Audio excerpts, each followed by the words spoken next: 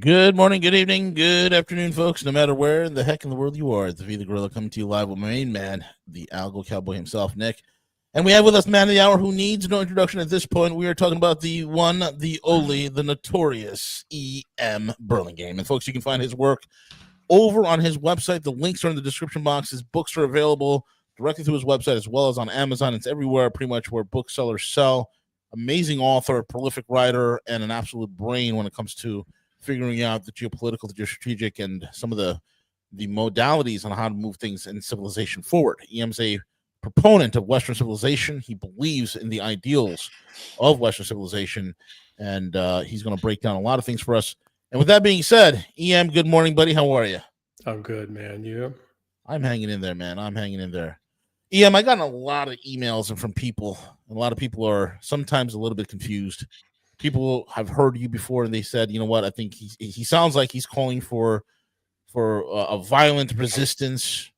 He's calling for, how do we, and some other people are like, well, how do we organize when there's a societal collapse or an economic downturn or collapse in the United States and the state stops functioning? How should we organize ourselves? And what do you mean by, okay, if the illegals, the 100 million illegals that are here illegally, if they don't leave, that they will be killed? Who's doing the killings? Will that be us? Will we be digging mass graves? And people have all these wild ideas, and I really don't think that's where you're coming from. And I think there's some confusion here. So if you could break down to us those three things: 1A, how do we as Americans organize? B, what is the proper response to any sort of calamitous downturn of the state? And your sentiment on violence, where would the violence come from first? And I don't think it comes from us. I think it's probably most likely a response that is being done to us, and we have to respond. That's the take I take. But if you could explain that. But also, how do we prevent anything like this from going ethnic? That's the biggest thing, because usually when there's a breakdown, there's a vacuum, and people begin to get tribal very quickly. And the hard part about this whole entire thing is how to prevent a almost like a race war or ethnic war from uprising between various sects. And it's the last thing we need as a nation. Go ahead, Ian. So there's a lot there. Small ask. Let's start with the last one, because that's what goes through my mind every day, all day, is trying to figure out, is there a way to plot ourselves a course when we are being forced inexorably to a race war, to an ethnic war? And I don't know the answer. Let me rephrase. I don't see any way that this doesn't go ethnic, because all of the conditions have been forced in such a way, populations intentionally, forcibly mixed with peoples that don't belong, that don't come from there, that will never fit in. I've written on this extensively about how all the way back to the Romans, they would move populations around the empire, specifically putting them in places where they would never fit in with the locals, so that they had little levers of violence and conflict to turn up and down as they required. The British did this, the British occupiers of the English have done this extraordinarily well. Look at the entire Middle East. Look at Southeast Asia. Look at parts of Africa, right? Well, much of Africa, particularly sub-Saharan Africa.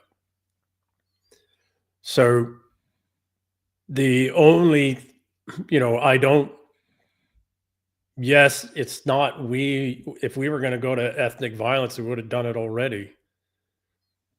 Mm-hmm. Doesn't mean we're not going to get forced to it, right? Mass deportations are very important, but, here's the thing. Don't hate the people getting deported. Most of them, yes, the criminals and the bad guys and the terrorists and the, irregular forces for the, intelligence communities. Yeah, we got to fight those guys, and those are bad actors. Most of the rest of people are just poor peasants from part of the world that, somebody came and said, well, hey, we'll help you get over here to America and you can have a better life. I'm not angry with them. I don't hate them. They don't belong here. They need to go. But let's do that, the most humane way that we can. And if we do actually care about these people, well, let's stabilize them in their own damn country. I am here is, this, disruptive force for the next 5 generations of my family, or 30 generations, right? As we see in the, Eastern Europe, et cetera. And the conflicts, the perpetual conflict states in Eastern Europe were specifically established 2,000-ish years ago by the Romans, who moved populations amongst and around, et cetera. And they've been at conflict for 2,000 years because of it. So this isn't a thing that's, this is a thing that this malevolent financialist Praetorian system does on purpose. Mm-hmm. And it forces you to a place to where you're either you just pass it, you just bitch out and take it and you're overwhelmed. Mm-hmm. Or at some point you stand and fight. And then it's a matter of, okay, but what are the restraints? Right. Mm. And so the one, I wrote a piece yesterday on it's time to restore our civilization now, because there are restraints, there are permissions and restraints deeply woven into the English civilization. And English civilization is distinct from Western civilization. We need to stop allowing Rome, the second Rome, out of the Vatican, mm-hmm. to try and convince us that we are, that's what the European occupiers of the English have been convincing us for 300 and some odd years, to deny us our own recognition of our own civilization. But there are both wrath and compassion built into our civilization. Mm-hmm. And we need to reconnect with those. And what is that? Well, what does it, in this complex weave tapestry of what it means to belong to the civilization, in that we have these complex codes about who are really insiders and who are outsiders, and who are outsiders that are just outsiders, and who are outsiders that are a threat and must be dealt with. And then there's a scaling of that. So, nothing that we're looking at is simple.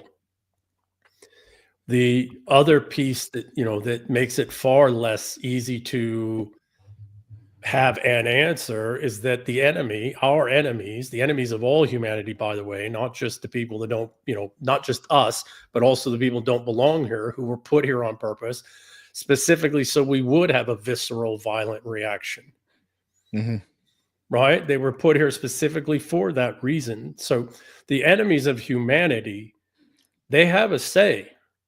They're very wealthy and they're very well organized, and they've been doing this for improving upon their methodologies of population control and destruction and cycles of boom and bust for thousands of years.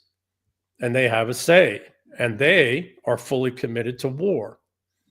We've been at war. This behind the scenes war, we've been in it all out globally since 2012, 2014. And here in Europe, the UK, in the English speaking world and the European worlds, we've been in all out winner take all, survive or die war since 2020. Mm-hmm. And so is there a set answer? No, we're at war.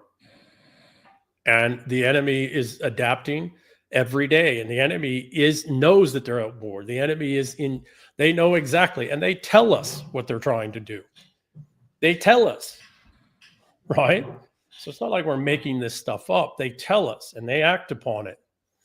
And then we run around like, well, it can't really mean that. Or, like it can't go that far. It's like, no, they're telling you. So point is, with the ethno stuff, I don't know. Mm-hmm. I don't know. I think it does. Yeah, that's a major. What's the word I'm looking for?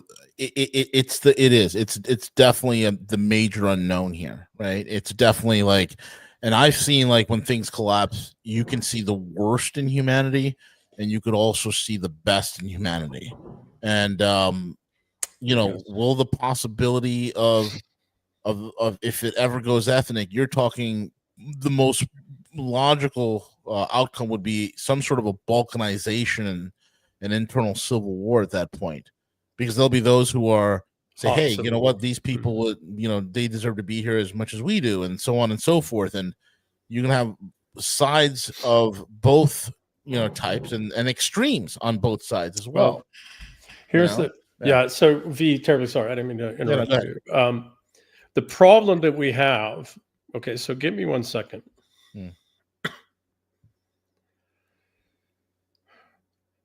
Cowardice masks as virtue far too often. Cowardice is what gets most, cowardice coupled with incompetence is what the resentfuls, financialists, etc., rely upon to end great peoples. At a certain point, the warrior caste, the warrior class, men and women, right? Because it's our women too, and how they raise our children, etc., either pulls back out of necessities for survival and lets things burn for 3, 4, 5 generations. And then when it all burns itself out, because it will, if these people are capable of building good countries, they would have done it in their own damn countries, right? In their own communities. And it isn't for lack of our trying to help them for a century plus with $100 trillion plus and just philanthropic, giving in just the last century and a half. So either we pull back to what we can defend and let the rest burn. Yeah. Or we realize that no, there is a greater thing here that needs to be fought for. Now, that greater thing isn't the government. It isn't some political party, isn't some church. It's not that, that's never sufficient at these times. The only thing that's sufficient is a civilization. And I don't mean a culture, right? Cultures are little subsets, they're tribal. Civilization is a complex weave and mesh of multiple cultures. But they all adhere to the core principles of the civilization. Yeah. Right?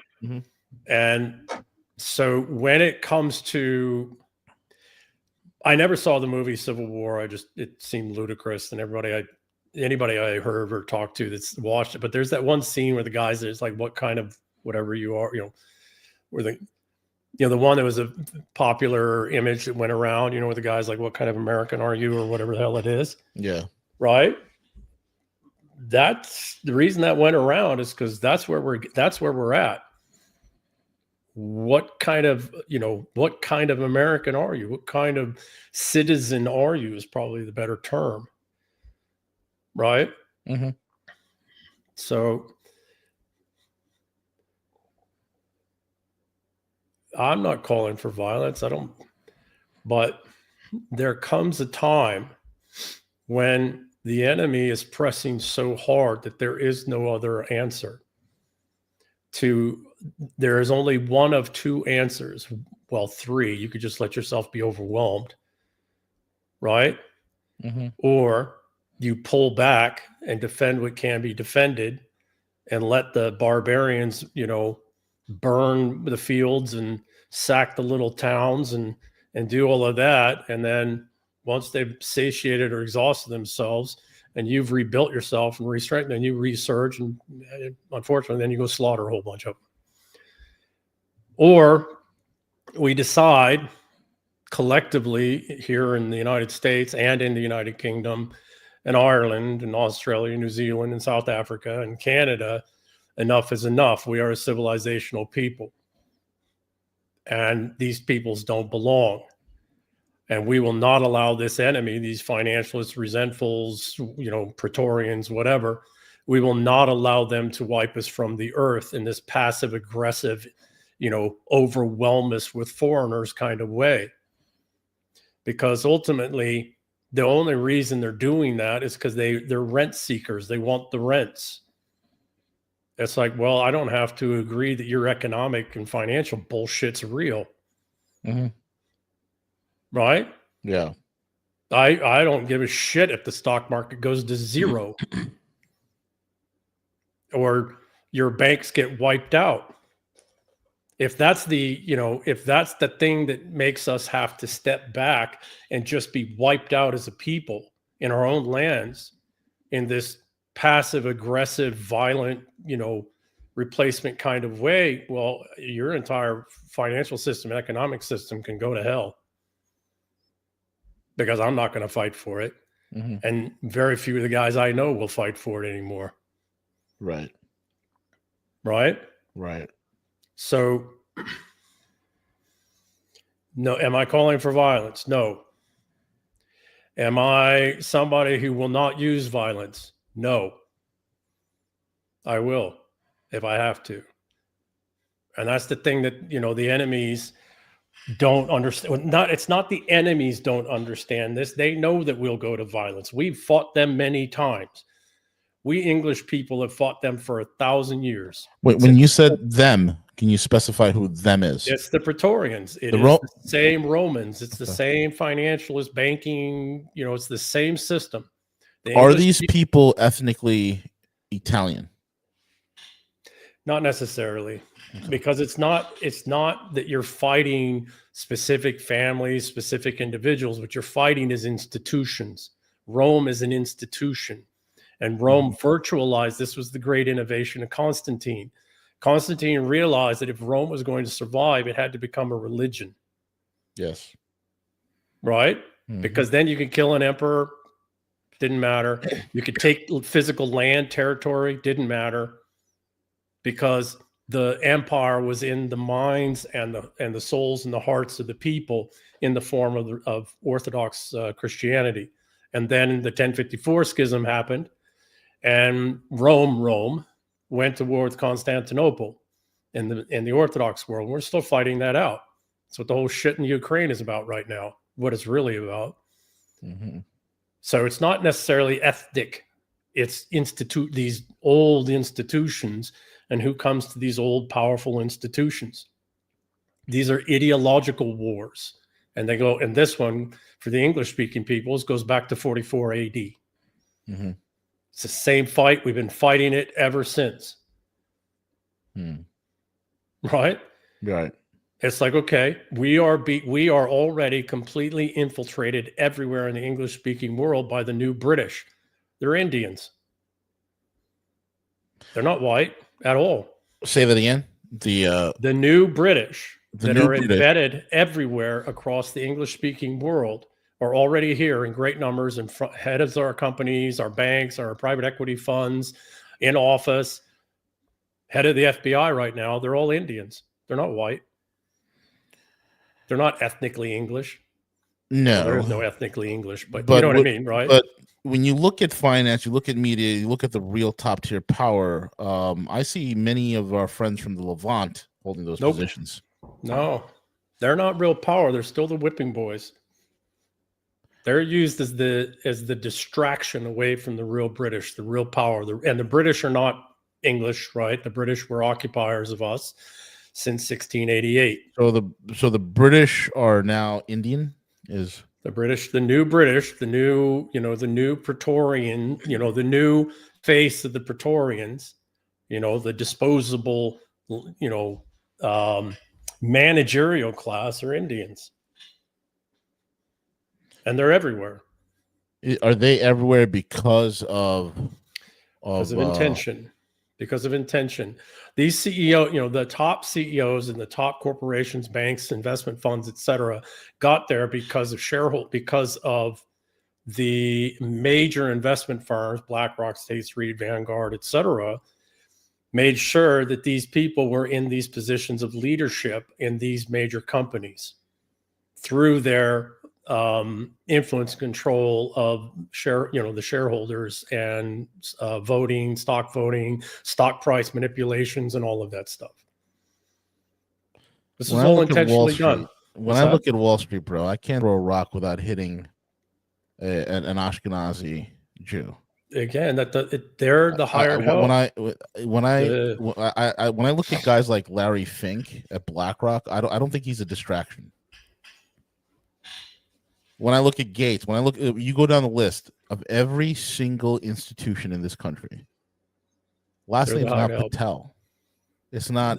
It's not Gupta. It's Menlowitz, Horowitz, Who's in and Klein. charge of Google? Who's in charge of Microsoft? Sundar Pichai, who is and Satya Nadella. Those are the two guys, right? Yeah. Nadella. Mm-hmm. There's no point where Nadella is going to do something outside of the stranglehold at the Microsoft board, which is controlled by Bill Gates and his family lineage. Does well, no. Again, these guys are the hired. These guys are hired help. They're hired help, right? Like when you look at there's just more than hired help. If you look at like Satya Nadella, that's somebody's career I looked into many years ago. This guy's claim to fame is that he took a failing sector of Microsoft when it was under Steve Ballmer, which was their cloud computing, and turned that into a $2.5 billion business. And he completely turned the company around. He's a systems guy. Pichai on Google side of things, when Sergey, like Larry Page and Sergey Brin, who are the members of the Levant, needed a guy who's a systems guy to run the systems, right? How Google is transforming itself into a data centric, how it was transformed into a data centric type of business. Pichai is an architect of that because that's his specialty. These guys are in positions, not because I don't see a conspiracy with these guys. I do see a conspiracy with members of the Levant. I see a lot of these Indian guys, okay, and a great deal of them need to go, especially with H-1Bs and this, that, and the other, right? The conspiracy that these guys are there because they're systems guys. Look at okay, you want to look at Kash Patel. Who handles Kash Patel? Have you seen his girlfriend? And who is she? Well, who is she connected with? Israeli intelligence. You see what I'm saying? Which are the British. Yeah, you can. Yeah, are the British. So again, okay. so there is a thing that we have to understand. Okay, the thing that we have to understand is that everything happens in tiering of power, and the ones at the high table, as Tom Luongo likes to call it, and it's a good reference. But the ones at the high table are not the folks from the Levant. They're not a single one of them. Who's at the? They're the old European houses, and most of them are matriarchal houses. Some of them go back over 1,000 years unbroken, and their daughters are the wives of all of the prominent people in Europe and in the European community. The European communities around the world. This is the house of Garsenda, the house of Eleanor, others. And so we're talking about above the City of London Corporation. Above the City of London, the ones that brought that about. Mm-hmm.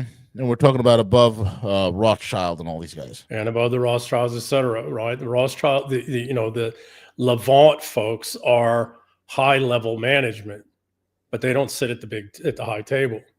They answer to the high table almost directly. It's like the Sokolov family for the Rockefellers. So these European families, like, what role do they play in this whole entire game? They own because as far as I can tell, if these are the elite European families, I'm like, here's a bright idea. Let's let the third world come into Europe and destroy it. You see what I'm saying? It's like what are they kind of thinking here? You know what I'm saying? Because let's go back to the beginning of the bloody conversation. They want us to go hard ethnic. When they say they want an 80% or more, it's more than that, population reduction, they mean it, but they have to induce us to do it. They have to get us into this. Well, now hang on a second, okay? Yeah. The other piece is that they did 2 world wars so that they could have enough destruction that they would spend 30 years rebuilding, and then they can do all the debt restructuring and debt forgiveness, and then build new trillions of dollars of new debt and artificial wealth off of the rebuilding. Well, they didn't want to do another world war because at one point we firebombed Dresden out of existence. And like, well, we don't want to do that again. And, oh, by the way, there's these things called nuclear weapons. So how do you bring about the same destruction on the same scale so that now you can have a collapses, so that you can kick in the force majeure clause in your contracts and abrogate all this vast amount of debt, excuse me, and then have a 30-year period of rebuilding everything.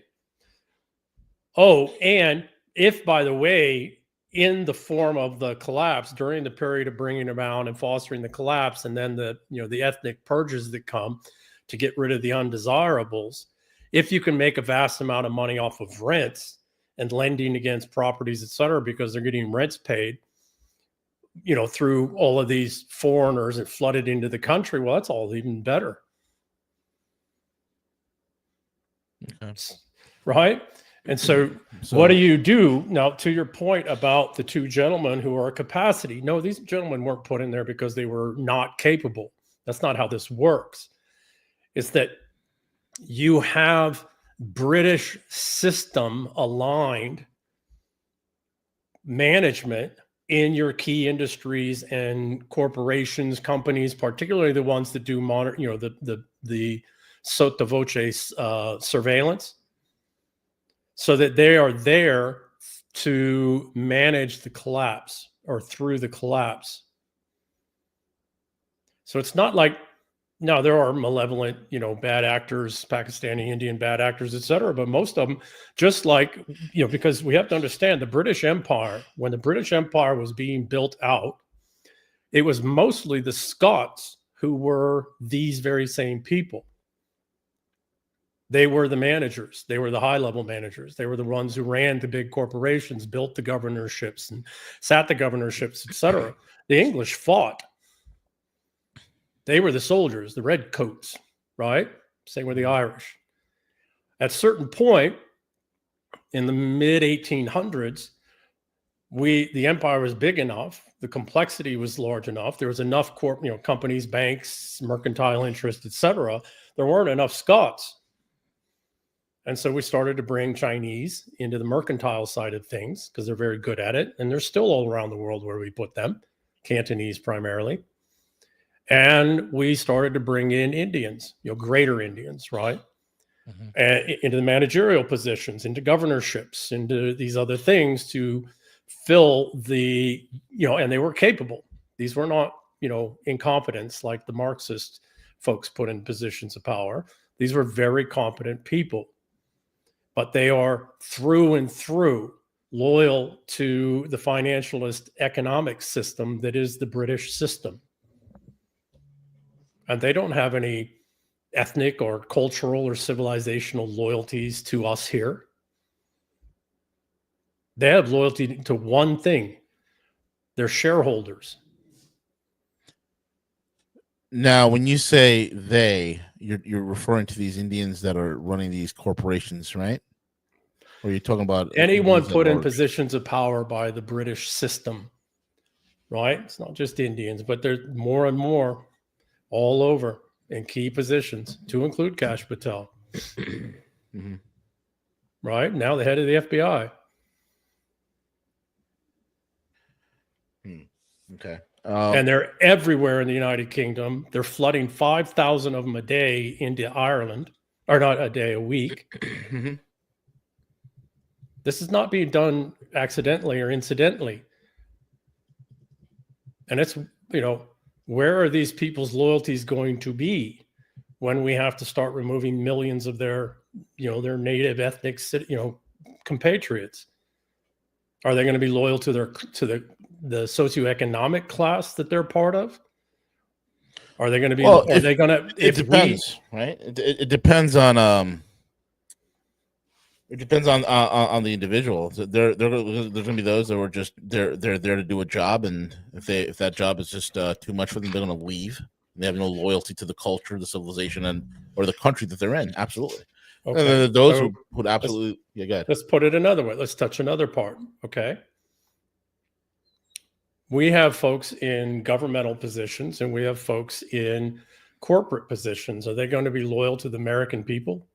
Or are they going to be loyal to who put them in that position of power? They're going to be loyal to their companies. Yeah. First and foremost, as long as the company is, as long as the company is solvent and in business, they're going to be loyal to that company and that business. And that goes for anybody of any background, even European background. They're not going to be loyal to that company. What they're going to be loyal to is their largest shareholders, which are the BlackRock, State Street, and Vanguard. And so if they are articulated to do something against the will or the interest of the American people or the citizens of the Isles, Ireland, Scotland, Wales, England, New Zealand, Australia, Canada, etc., they will do it. And we're already seeing it, particularly with those in government. Mm-hmm. So this is an insidious thing that's been done. You don't do it with incompetence. This is a complex system. And there is, very much the necessity to put competent people in. But there are a lot of other people other than just Indians who are competent. But they don't get the positions. I watched it in Silicon Valley 15 years ago. Mm-hmm. Who was getting funded, who was not. Who's getting the loans here to start up little small businesses and who's not. Mm-hmm. Right? So I'm not the Indians are not my enemy, right? I have no historical animus with the Indians. I'm not upset at that. I'm not angry with them. But let us not think for a moment this isn't being done on purpose by the owners of the current system, the current regime. We can do everything right at the federal level of, decoupling the United States from the city of London, decoupling from Brussels, etc., and still lose because every one of our institutions is infiltrated. The parasite changed host, and we weren't watching because we were all looking at violent threats that every once in a while, periodically, we get a little signal that comes up that says, well, you got to watch out for Islamic terrorists. Well, there's something we got to look at. Or you got to watch out for these cartels over here. Well, that is something we got to look at. Meanwhile, we're not looking at all this other infiltration steadily, non-aggressively, non-violently, some logic to it that's happening at the same time everywhere. Mm-hmm. People's being embedded in communities like here in Idaho, rural Idaho. We've got populations from the opposite side of the planet that there is no viable reason economically for them to be here. There's no industries. There's nothing. They just put them here. So again, we need to take a step back and realize and accept we are at war. And the enemy is extraordinarily skilled, extraordinarily clever. They've been very well resourced. They know us incredibly well because they've been at war with us for 2,000 years.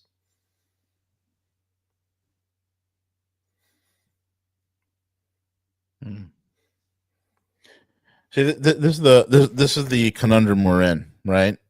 This doesn't go. This falls under. This will go in the way of ethnic contention, is what I'm seeing. It's forced upon us, and I kind of want to weigh in a little bit here, guys. Yeah. It used to be that people came to this country and they wanted to be a part of this culture.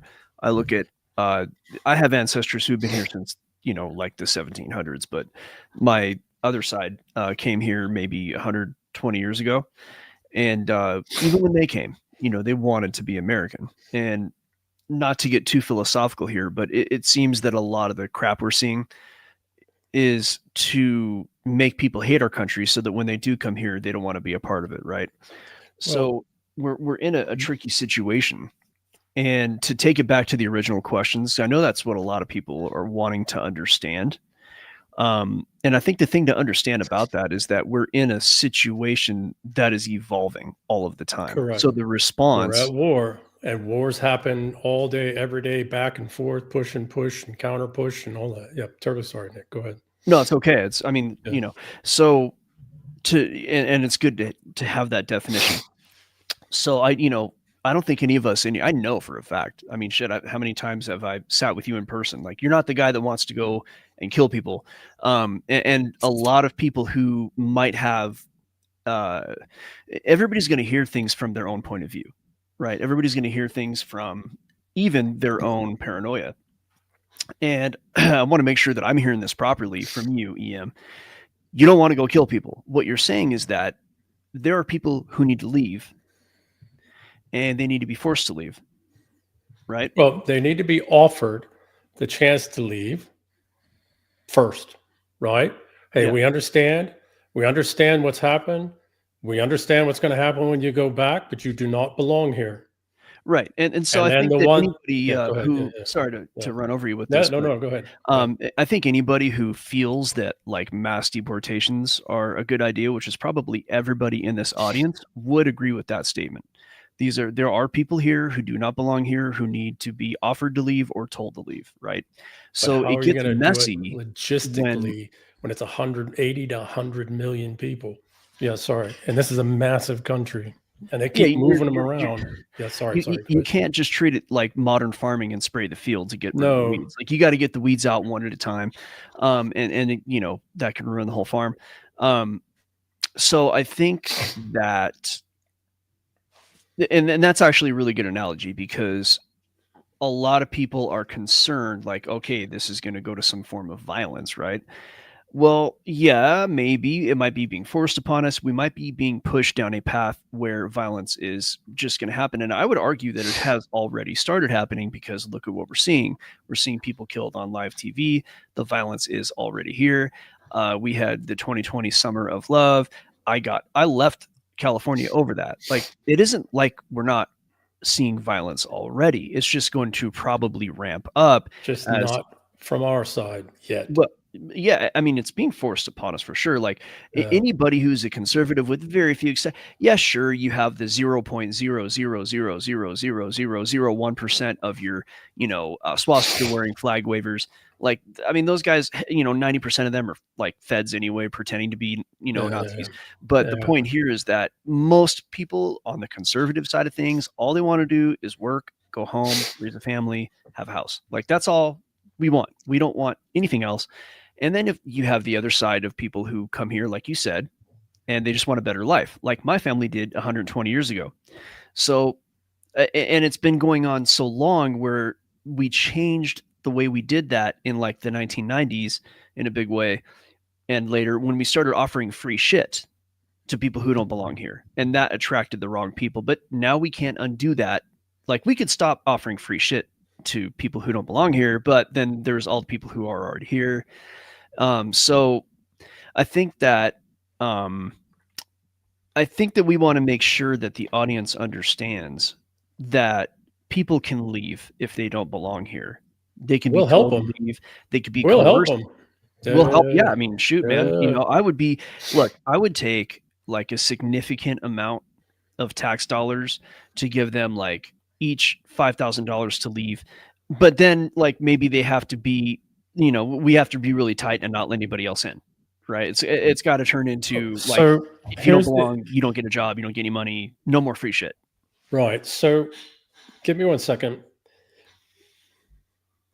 There's two things that we have to pay attention to. There's two forms of this forced infiltration. One goes back to the conversation about who's being put in all these positions of power by the big financial interests, because it isn't just corporations that they're placing them. They're also the ones that put these people in positions of governments.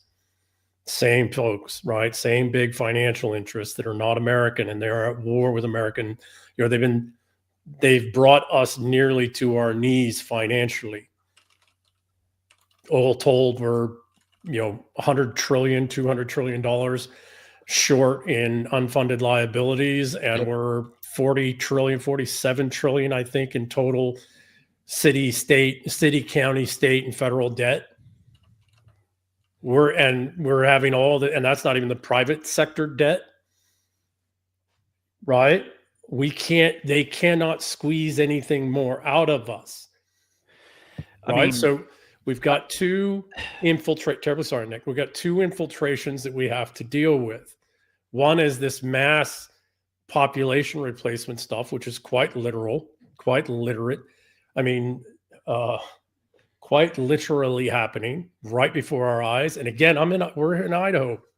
It's happening in northern Idaho, where there is no reason for those people to be there. It's just mountains and river streams and nothing. And it's happening in Canada and elsewhere, right? This is being done on purpose. But the other piece is actually even more dangerous. And the other piece is that through all of the shareholder voting, shareholder movements, bank interests, all the subtle ways, all of our major institutions, both public and private, are also being infiltrated and taken over. And that's the more dangerous one, because how do you deal with the mass population issues? You have the institutions. Well, if the institutions are also and we have a 2 to 6 year thought cycle, power cycle in the United States around elections at every level. And so the problem that we've gotten into, really, like, as you said, started really in the 90s, took off in the 90s, but it really goes back to the 60s and 70s. Let's say that the worst of it took us 40 years to get to. We've probably had 40 to 60 million people flood into this country in the last 40 years after successive, administrations. It's going to take us about the same amount of time to get rid of them, right? At the same time, all of our institutions are, okay, well, the problem is, how do you sustain something like this in a understanding, humane way for 30 to 40 years to address the problem when we have all of our institution leadership and power, governance leadership and financial and everything else that's switching out every 2 to 6 years? Right? I agree with that, and I think I know where this might be going. So perhaps the next question that was asked by audience members should be addressed at this time. There are a lot of people who, like, when you talk about royalty, when you talk about kings, when you talk about feudalism, right? It's going to, and sorry to use this word, audience, but it's going to trigger a lot of us who are on the freedom movement, right? We don't want kings. We don't want lineal bloodlines ruling us. We want the capability to run it ourselves. That's the immediate knee-jerk reaction when we hear somebody say, feudalism is good, which you didn't necessarily say those exact words, but it might be helpful for you to explain to the audience your views on feudalism and how maybe either all of it or just certain aspects of it might be helpful to the current society, in your opinion. And I'm not saying I agree with you. I just want to hear what your thoughts are. All right. So first off, let's reframe the whole concept and idea of what we're even talking about, because everything that we're talking about, this near impossible situation we're in, all occurred in the time of no kings, in the time that the people were free. Well, how free are you? There's no king did this to you, no prince, no hereditary, anybody. These are institutions and powers and structures and systems. Most of them aren't even in the United States. So how free are you? Right? How powerful and strong are you? What did you do individually or collectively to prevent us from getting to this place where we're being wiped out in our own lands? I mean, you could also say that the inverse as well. I mean, how free were the people underneath these kings, right? It was not to get away from the monarchy that this country was created, right? That's not actually necessarily true. What was happening was that, okay, far more complex conversation, but for 40 years before the Declaration of Independence was signed, what would be the founding fathers and their predecessors had worked incredibly hard to try and gain redress through the crown and the crown systems, which by that point were already occupied by what would become British, but was really the Venetian Dutch. That all happened in 1688. Before, even going all the way back to the 1620s, there were those that were, when in the 1640s, when His Majesty King Charles I was removed, there were those that were trying to gain redress from Cromwell. There were those that were trying to gain redress from the occupying forces. So we haven't had a king in control since 1649, when King Charles I was beheaded. It's been Parliament and the judiciary and the banking, financial, industrial organizations and groups that have been in power since the 1600s, the mid 1600s. Yeah, 1644, I think was the Riksbank. The Riksbank, yep. Right? Okay. Mm-hmm. And then all of that gets formally hardcore instantiated in 1694 with the creation of the Bank of England. Mm-hmm. No king has had power. No princes have had power. And you can even see the attempts by the nobility in the United States. We had barons here. We had nobility in the United States who were trying incredibly hard to gain redress of grievances, these abuses, which weren't being done by the king. They were being done by Parliament and these bankers and financial interests, et cetera, that were taking over the crown and the prince and wiping out the principalities. They used Cromwell to wipe out half the principalities in the United Kingdom. So we haven't had a king or princes since the early 1600s. And a century plus on from all of that, when no king had power anymore, no prince had power anymore, a century on from there, the Americans tried to gain independence. It wasn't from the bloody king. Yes, that's what you got to do in the documents and grievances because of the legal structure. But what they were trying to gain independence from is the very same enemy that we're trying to gain our final independence for now. And that's the British, the city of London, Amsterdam, Venice, Rome. So people have really got to take a step back. And again, that's all going back 400 years. Let's look at today. Everything that's happened in the last century, let's just take the last century. Hell, let's just take the last 40 years, has happened in the time where the people were sovereign. Are you sovereign? Did you have any say in this? Did you have any control or power to stand up and push back? See, Plato talked about this. I don't remember when Plato lived, 2,000, 3,000 years ago, whatever the hell it was. Plato talked about this. Michael Hudson talks to it extraordinarily well. I don't agree with all this stuff because he's a Marxist, but he's brilliant, right? But all the old thinkers talked about this, that the only countered oligarchy was strong hereditary princes. And oligarchy is this total and absolute unaccountable slavery. That's what we live in. Right? So this thing that I keep hearing people say, and I'm not calling for a monarchy. It's not for me to say, right? I look at history. That is the most stable form, and it's the only way in which this vampiric, parasitic, that's interesting system, right? But okay, I'm sitting here in my house right now. I don't have any real power as a sovereign citizen. I'm not sovereign.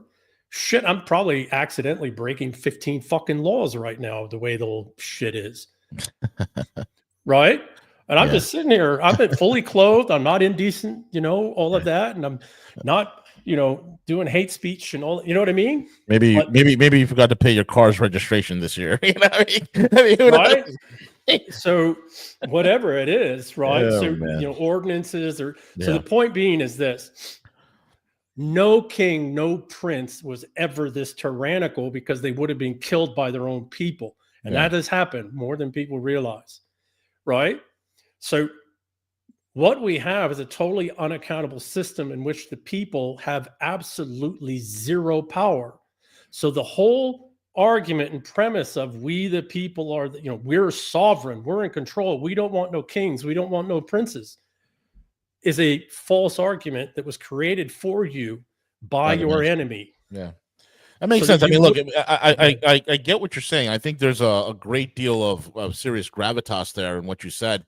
When you look at the financial system, the central banking is the cancer. It is the absolute cancer cell, the virus of this whole entire thing. And I can't even argue with you. I think it is. There's a truth. It was monarchy that prevented that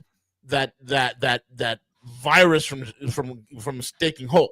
Because they would kill the bankers. They would absolutely do. And if you look at those who emanate the same that emanate the same role as a king. Yes. We look at Xi, he's an emperor. Yes. You look at Putin, he's a czar. Yes. What do? They jailed their financiers. They wiped out their oligarchs. They do it for the people, and the people are prospering. Correct. Now, here's they didn't. I want to just one, not a quibble, okay, sure. but it is important, okay. They didn't wipe out the oligarchs unless the oligarchs refused to shift their focus from extraction to reinvestment. Right, that's really the key. Yes. The ones that wouldn't reinvest, they did wipe them out. Exactly. The ones that would, they maintained them because, back to the Indian conversation about leading companies, you do want competence. Right. And you do need competent, wealthy people who are very, like Elon. Elon's just unbelievably competent at that level. You don't want to wipe him out. That's the worst thing we could do. No. Right? Now, the whole thing is we have to figure out a vetting system. That's the key. Otherwise, this thing goes ethnic and nobody wins. Like, it's going to be really messy. Then we won't have a country. It'll be balkanized. Yeah. You know, you'll have those who have a true like an ideal of what the country's supposed to be somewhere in the middle, and then you have extremes on both coasts, and it'll be a mess. But if we have a vetting system and an education system that can exercise this concept and get into the minds of people, I think we'll go a long way in helping people to grasp it and to understand. We have one, my friend. It's called the English civilization, and it's over 1,200 years old. Yeah. And it's been through all of this before, right? The acts of settlement, the act of settlement in 1701, 1704, I can't remember what it was, in what would become the United Kingdom, was specifically instantiated because this very thing was happening post 1688, where all of the companies, corporations, judgeships, all the power structure positions in the British Isles were being replaced by the Dutch.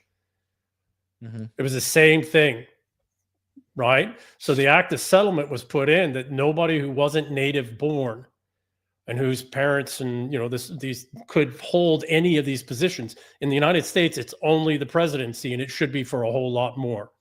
That's one. Then they came in with the Acts of Union, and they undid, some other factions undid that with, okay. Anyways, point of and Graham Moore talks to this way better than I do, right? The English, I can't remember what his party's called, but Constitutional Party. But our civilization is that vetting mechanism. This gets to what Nick was saying, right? I've got a half brown kid. I don't know if people know that, but my kid's dark skinned, etc. It's not about that. Right. She's half Filipina, but her mother, who wasn't born here, came here when she was 7 or 8 years old. But her family who came here, they're Americans. They are members of the English civilization. They're ethnically Filipino, and yes, they maintain some of their cultural stuff, etc. I love but they're Americans, right? And what does that mean? And that's the other thing we're going to be careful, because this goes much deeper. The American civilization, there is no American civilization. America is a culture within the English civilization. It's a very powerful one, very capable one, very important. It's a great improvement upon the old, the old Englishness. But people have got to remember that the founding fathers of this country, and predominantly all the way up until just the last 50, 60 years, the dominant ethnic group or the dominant cultural group in the United States was the English. Yeah. Right? So we are down underneath at our core Englishmen. But you can be an English. There's no ethnic English. You can be an Englishman if you're brown skinned. My freaking kid is an American English person. Right?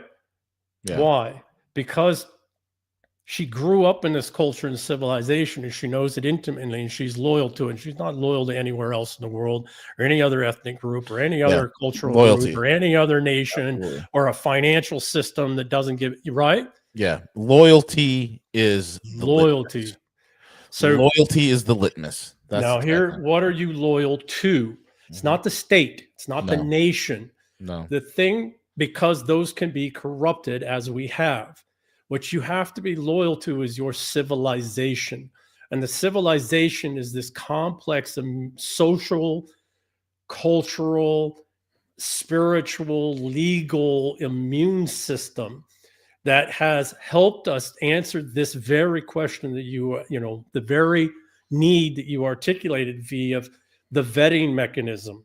Mm-hmm. That's what a civilization is. It's this unreal, complex immune system that that gives us the ability to assess whether somebody is an insider or an outsider, and whether, more importantly, whether they're an overt, clandestine, or covert threat. Yeah. Right? It's this complex weave. And so we have got to get back and be loyal to the English civilization, of which, yes, America is right now the dominant partner, the dominant, polity in the English civilization. But we share it with the Canadians. We share it with the English, the Scots, the Welsh, the Irish, the New Zealanders, the Australians, the South Africans, the Rhodesians.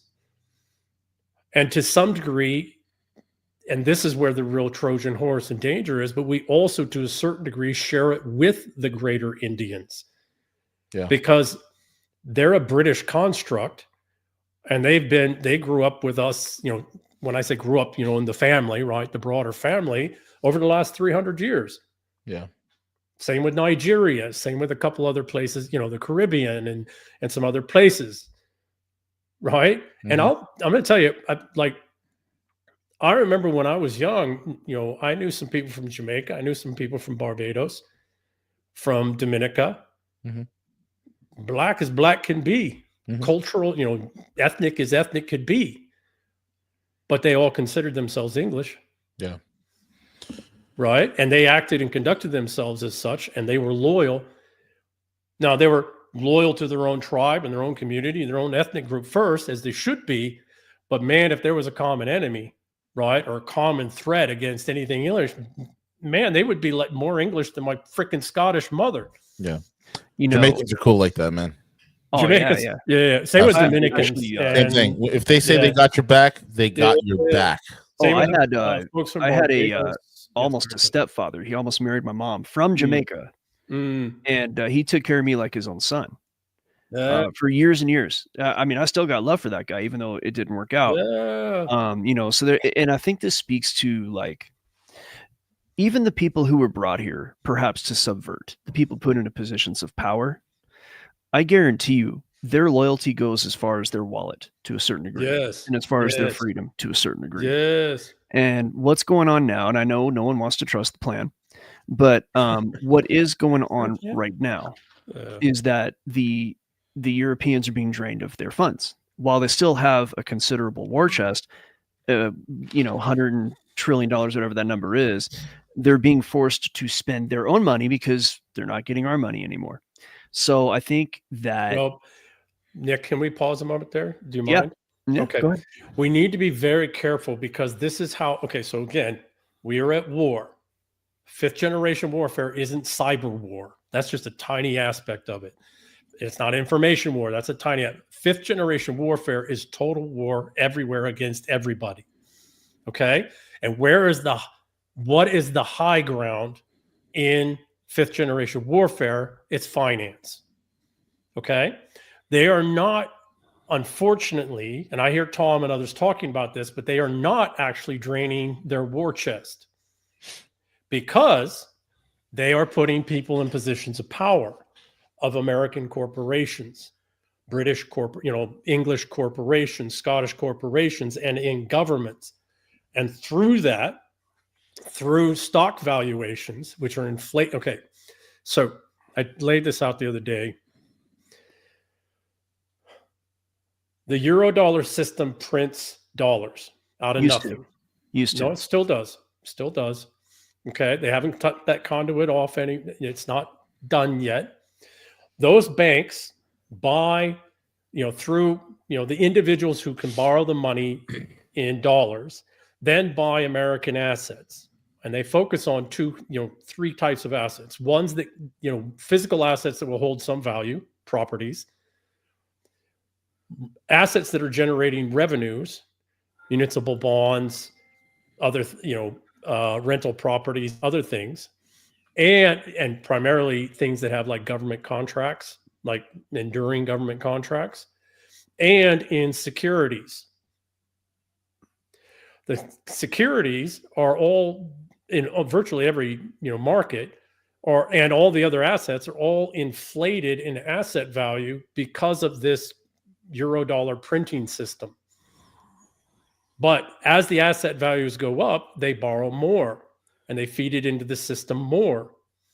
Well, when you're talking about securities and you're talking about corporations and you're talking about major entities that are all listed on the stock markets, 80% of those companies, and this isn't me saying this is, way bigger brain people in these things than me, 80% of those companies only exist because they can borrow money against the value of their stock. Correct. That stock value is being jacked up through this indirect Eurodollar system. Right. That's why I always been saying, 30 to 40% of the companies that are on the New York Stock Exchange, they make no money whatsoever. They just borrow. They borrow. PEs go up. So here's the thing. What you have to have, though, is you have to have people in leadership positions in those companies that will go along with it. Right? Yeah. And so it's not that necessarily that, and V, to your point, right, the deeper point, it's not that these people, the Indians primarily, but others, it's not that there are enemies. They're not. They're financial. Nick, to something you said, they're financialists. The only thing they care about is their bank account. But they're being used because of that to destroy us Americans and the English, and the folks in the UK and Ireland are pretty much destroyed already, and they're doing it here to destroy us financially, to win the financial front in the war. So we're doing all this stuff to cut off the Eurodollar system and these flows. It doesn't matter because they're still they've just shifted the front to making even more money off of this inflation of asset values. And I don't know how that gets broke. I'm not smart enough or knowledgeable enough. And I left, finance some years ago to know how to sever that without crashing. Correct. I was just about to say the only way you fix it, you have to crash it. You have to crash it. And we don't want to do that because we have the largest generational cohort that are all dependent on that for the next 10, 15 years. Boomers. And to be more generous, also some of the older Xers too, right? So give me a second. So, and honestly, actually younger Xers and millennials whose only ability to actually generate any kind of personal wealth is going to be the inheritance transfer of the boomers and the older Xers. Mm-hmm. So it's this, it's this damned if you do, damned if you don't kind of thing.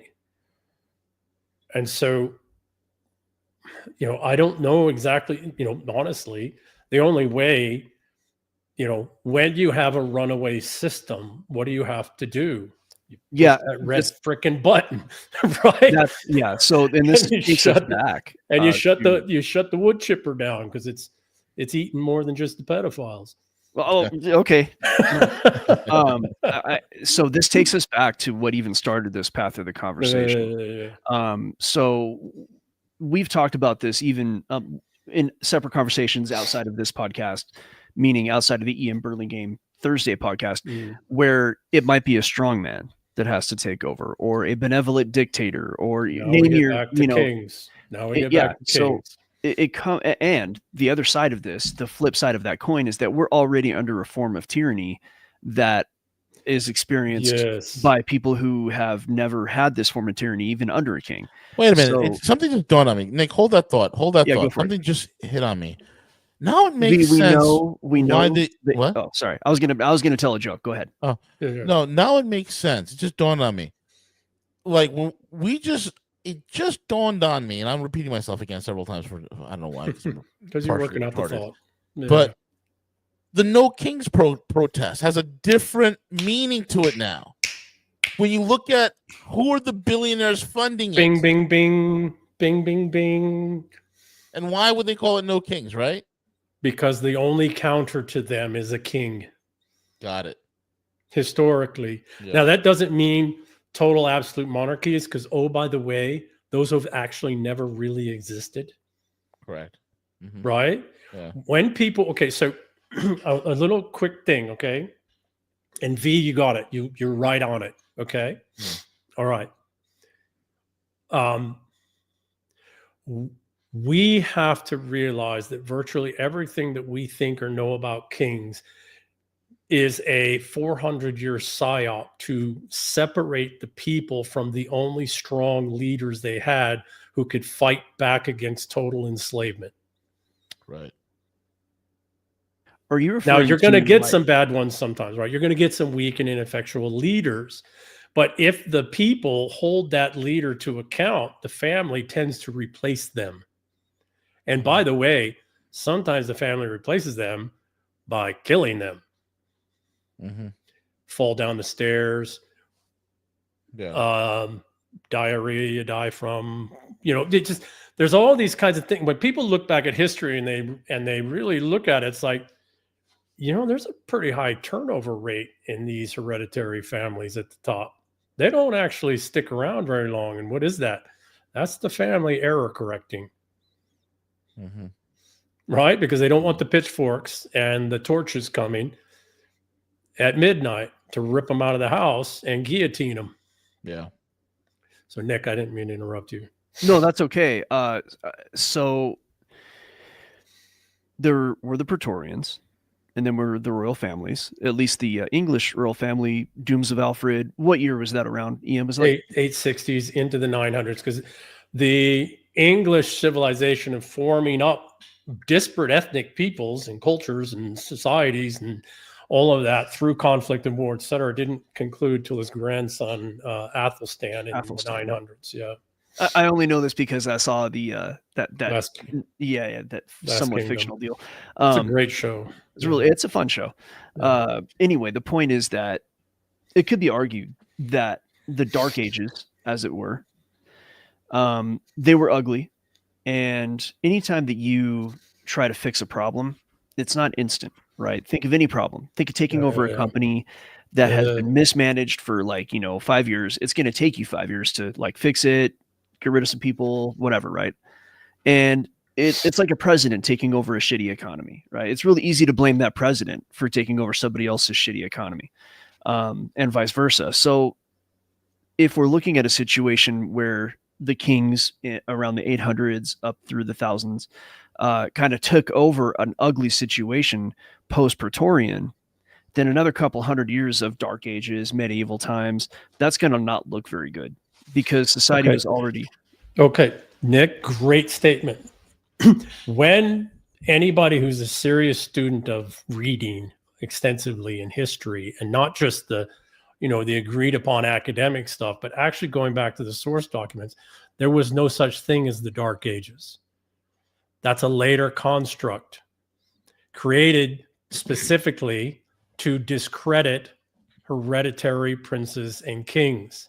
If we look at all the great temples and cathedrals and works of art, they all came from the Dark Ages, what we consider or began in, right? Like the Renaissance? That came after. That came after, but right, the Renaissance didn't come out of nowhere. There was a 200, 300-year period of this literacy, all of these things, right? This beautiful Europe in the Renaissance was actually built mostly in what we consider the Dark Ages, and the great organization of peoples and the building of these strong kingdoms that we still know today, some of which have become states, etc., and the organizations of peoples out of the chaos and the collapse of Rome and the intentional chaos created in the collapse of Rome, etc. All of that happened in the quote unquote Dark Ages. The great works of literature, the saving of, all of the historical records going back to ancient Greece, etc., the transcriptions, the translations, the distribution of these things, this flourishing in art and or literature specifically, all happened in what is called the Dark Ages. The Dark Ages is a later construct made up in the 16, 17, 1800s, specific as the PSYOP, to specifically discredit hereditary systems and regimes. And wasn't there a particular, say, group of families who started to come into control around the 1700s? Yeah, Rothschilds. I'm thinking more along the Rothschilds are a construct. Yeah, it's Venice, and it really started in about 1000 AD. Really started in about 700, and you can see it. People got to look at the conflicts between the Orthodox Constantinople-based world and the Catholic, later Roman Catholic, that was intentionally done. You have to look at the power structure. Don't look at the religion. Look at the power structure conflicts between Constantinople, Orthodoxy, and Rome, Catholicism. There's a 300-year period starting around the 700s. It culminates in 1054 with the 1054 schism, where those two concepts, ideas, histories, etc., of Rome went to war with each other. And who was behind that? It was the Venetians. And then in the 1400s, they had to flee to Amsterdam because they had finally brought down machinated through the Crusades, the collapse, what would later become the collapse of Constantinople, the Eastern Roman Empire, and thereby shifted power to Rome, back to Rome, and the Roman Catholic Church. But they had to flee from Venice to Amsterdam. And I think terribly sorry. It's not so much families as you articulated. Those are fronts, like the Soros guy. He's just a front put out there, right? It's the institutions, because the way in which these institutions are long lived, including, again, it's matriarchal, mother to daughter to daughter to daughter, because those go unbroken for 1,000 years. And House Garcenda is 900 years unbroken, probably older. We don't know. And those daughters go and marry all these prominent people, not just lords and nobles, etc. And so these institutions and the women, the wife of, right, is where the real power is. So with that, I think that the useful thing to do, as far as kind of turning things back to maybe how to fix things, understand that a king or a dictator or a strongman or any of that are just different names for what we might be dealing with, and that perhaps the tyranny under which we live may be as bad as the tyranny that we would get, or not even worse than what we would call. If you look at the histories, no monarch or no prince was ever this tyrannical. Okay. They got killed. By their own family or by their people. I'm speaking to the skeptics. Yeah. Well, so what the skeptics must probably do here is understand just what EM said, in that history and psyops go back probably hundreds, if not thousands of years. And so what we're told about the past may not be true. I'm not suggesting that we should have a king here in this country. What I am saying is that perhaps the way to fix it is going to be, it's already violent now. So if you think it's like, hey, no, we can do this without violence, I mean, it's violent now. People are getting killed. It is what it is. So here's what I would say. Okay. When they are openly genitally mutilating kids in their early life, I'm sorry, right? You're feel good. I'm free. I'm in it. Yeah. Fuck you. Pretty much. And we know this is, and that's the worst one. And I would put that even worse than the things that we saw. There's way other bad things happening. Yeah. 2020 locking us down. We could name so many things that have happened that have been done by the bad guys, if you will.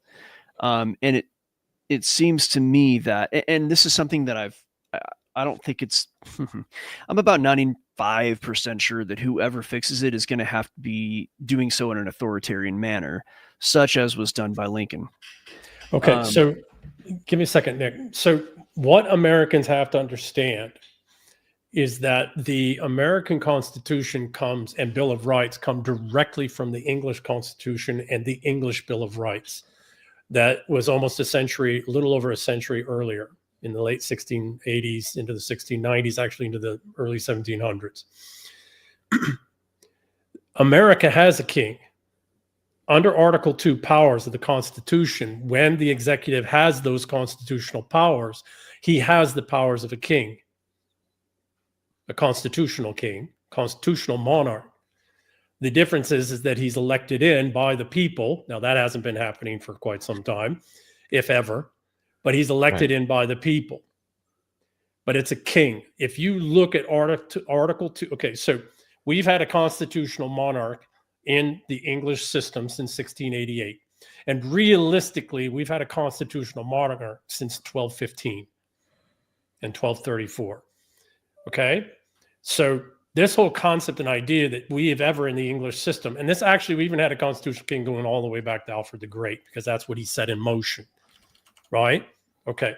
So the thought that America doesn't have a king is wrong. And oh, by the way, when I was a tomb guard, I used to spend every third day in the National Archives trying to learn some esoteric piece of American history, because that was how you earned your walk at the Tomb of the Unknown Soldier. When you weren't a badge holder, you had to earn the right to take a walk by giving a piece of. So people need to understand that George Washington was offered the crown of the United States. He turned it down. And that's why we have a president instead. And he was also offered to stay president for his life. He turned it down and only served 2 terms. That is true. Right? This is all documented. It's all straight up documented. Right? The colonists didn't want to break from the crown. What they wanted was the court systems reset, which is the very problem we have now. Yeah. Right? So America has a king. He's just replaced every 4 to 8 years, except for Roosevelt, 12 years. Right? Right. So we have a king under Article 2 powers, constitutional powers. We have a constitutional monarchy. The only difference is that the people get to choose the monarch. Yeah. Right? And this is why through the judiciary, the accepting Andrew Jackson, and I'm no political scholar, et cetera, because I shy away. I start sneezing and have an allergic reaction when I start thinking about politics, right? But my understanding is that the only 2 constitutional presidents that has happened in the United States so far, I think the third is emerging right now, but the only 2 truly Article 2 power correct presidents have been Andrew Jackson and Lincoln. And I think what's happening right now is that because they were able to act monarchical, but purely within Article 2 constitutional powers, right? I think what's shaping up right now, Nick, to your point, is not a dictator or a tyrant or a king. It is an executive, which is what a president is, which is also, by the way, what the king is in the English system. Okay, he is the executive. But and you can see it in the court systems, what is shaping up is a presidency, whether it's under Trump or probably J.D. Vance next, I don't know, but probably is a constitutional monarch.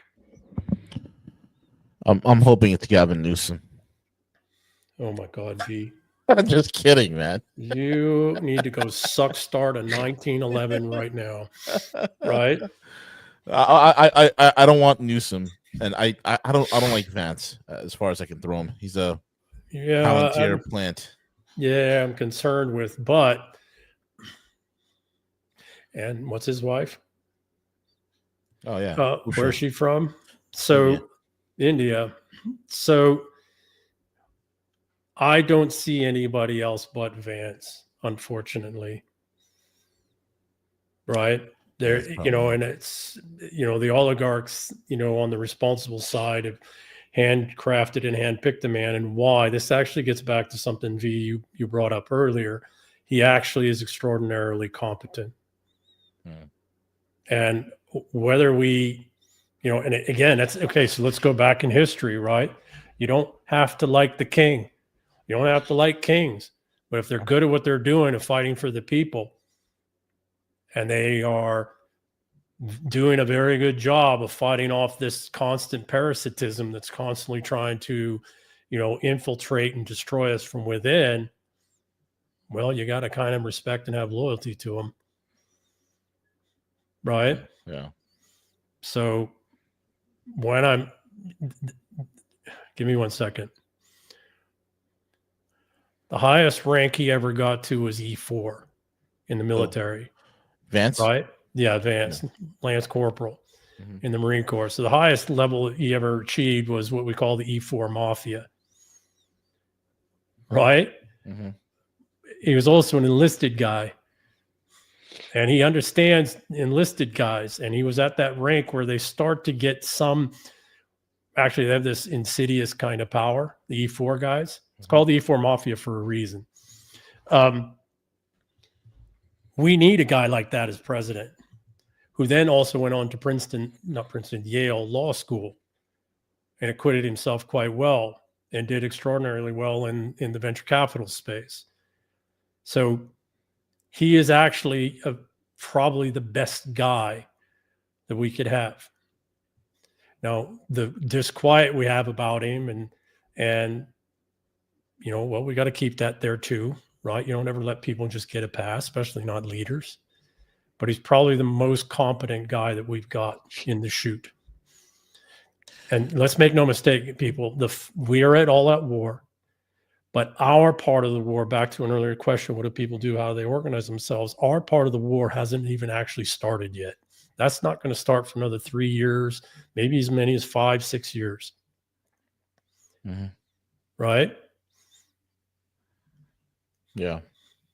So JD Vance, the best we got, man. It's kind of terrifying. He's actually pretty good, man. He's pretty good. I mean, I'd say this: name a time when we had someone better.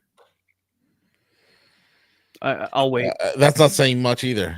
I know. None of this is good. Like, that's my whole point, though. It's always been this way. Here's the this is problem we something- have. The king is always a human. This is something that like people need to get. It's always been this way. It's never not been this way. What's different is we have the internet. And The thing that concerns me a bit about Vance is that there's just too many pieces there that are constructed. They're real, but you know, Hillbilly Elegy and all this, he's being constructed and set for this for decades now, a decade plus, right? Yeah. And I just got the smell of British. Right? Well, you should have another smell as well. Who's the CEO of Palantir? Yeah, don't worry. Okay, here's the other thing. Stop. I'm not talking about Thiel. Huh? It's not Thiel. I'm not talking I about know Thiel. talking about the wiry-haired asshole dude. Here's the thing. Stop looking at the tiny hats as if they're the problem. They're playing that role very well.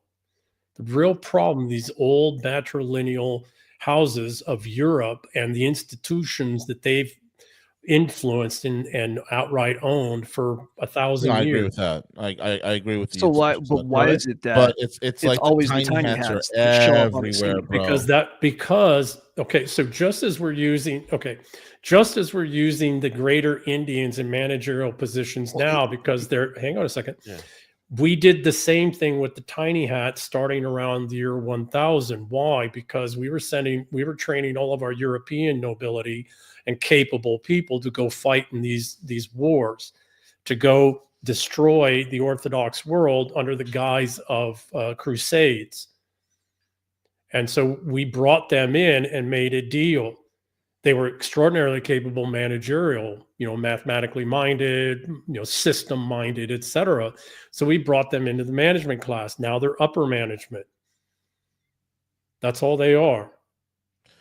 Yeah. Well, the thing is this, right? the tiny hats make up about less than 2% of the population, around they're about 2%, right? Mm-hmm. But they're 65% represented in the Fortune 500. Yes, again, because management. The Indians are 1.4 billion people, right? 1.4 billion. Mm-hmm. They're less than 10% of the Fortune 500. Well, yeah, but the tiny hats had 1,000 tiny year head hats start. dominate 90 some odd percent. No, Nick just said it. What'd you say, Cowboy? Nick just said it. Tiny hats had 1,000 year head start. Yeah, Nick just said it. Yeah. And periodically we would do a program, right? Every once in a while, we do a program of their people, right? That was the deal that was made. Every once in a while, you're going to take the blame for shit. We'll let you rise up in these managerial systems, and you'll attain great wealth and stature. But every once in a while, you're going to take the blame for shit. You think it's going to be different with the lower level management of the Indians? No. That's the way these matriarchal, old European matriarchal houses work. How many times in history, has the muscle taken over though? Not enough. Never. I mean, if they're the whipping boy, right? How many times has upper management never not wanted to take over? Is the question. So what is holding them? Doesn't work that way. Okay, it doesn't work because then there's a counter balance, right? Anytime any one of these upper management families gets out of line, they get schwacked. David Rothschild was killed, sudden heart attack, 54 years of age, never had a history of heart attacks, never had a history of heart problems, suddenly died in 2020. Ray Dalio's son had a car accident after his middle son, his eldest son, his heir. Yeah. David Rothschild was the heir.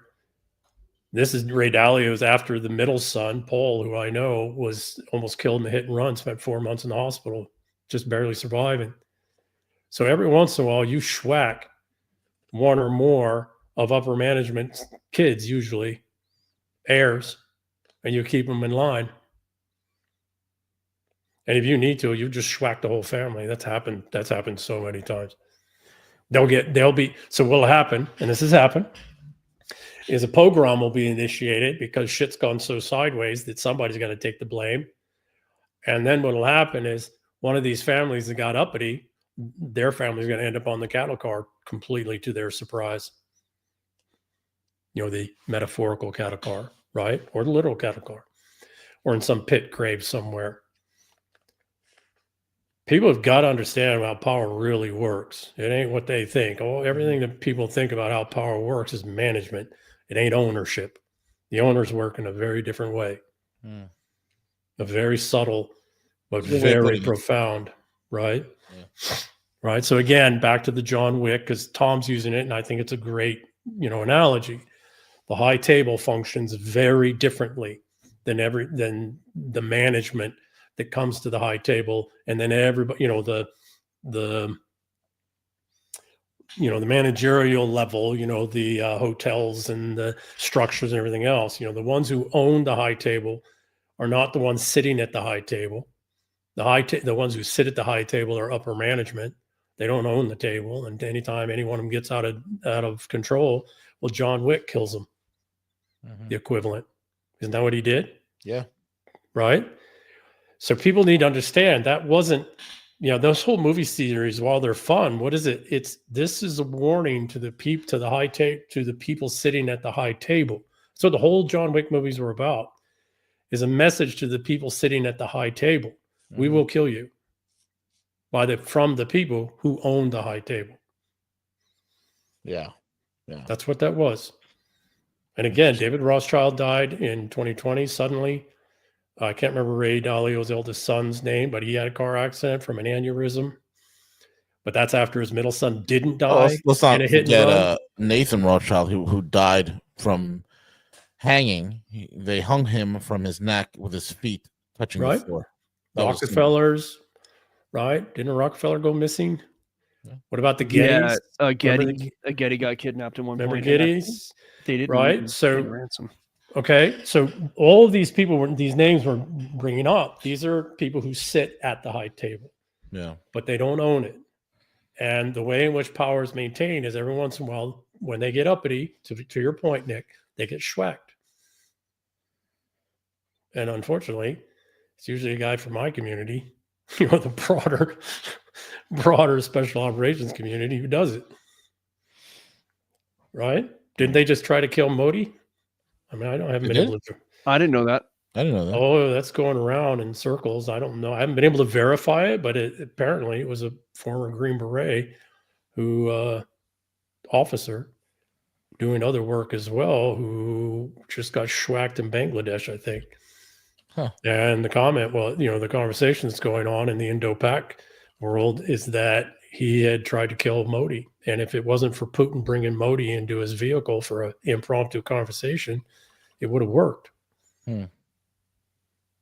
Interesting. Now, again, I haven't been able to verify that, but in the back channels, and it's on Twitter, it's, et cetera. But I mean, that again, it's okay. Modi's not even sitting at the high table, by the way, right? He's a supplicant at the table,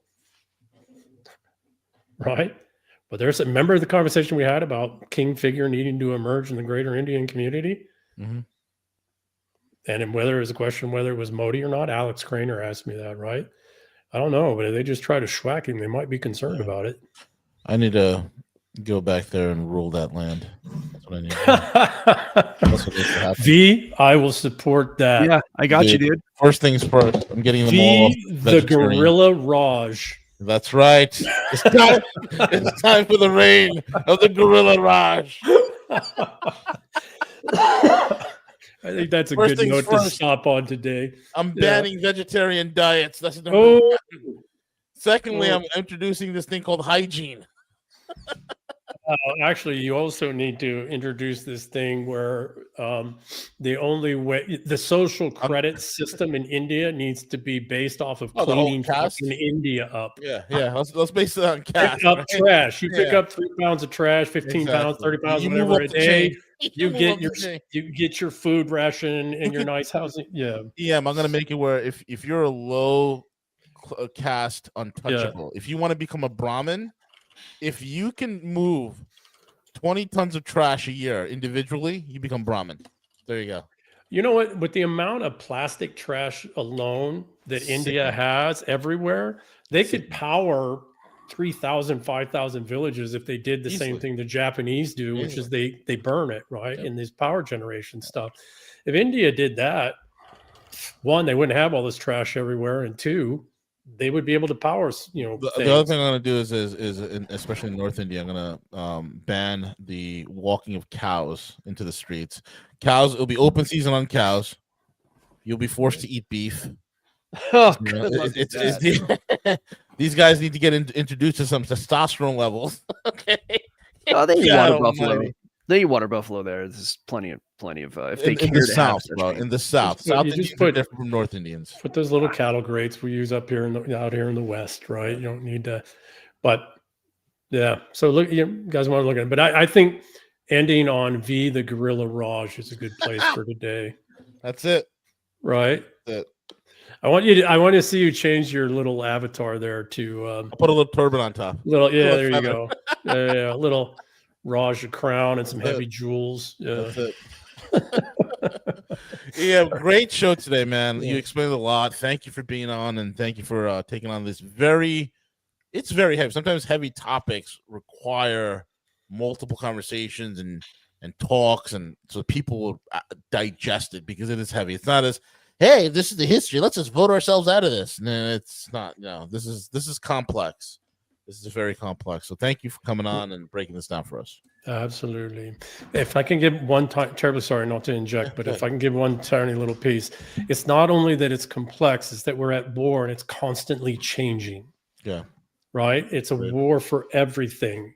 And it's not a future war. It's happening all around us at every level.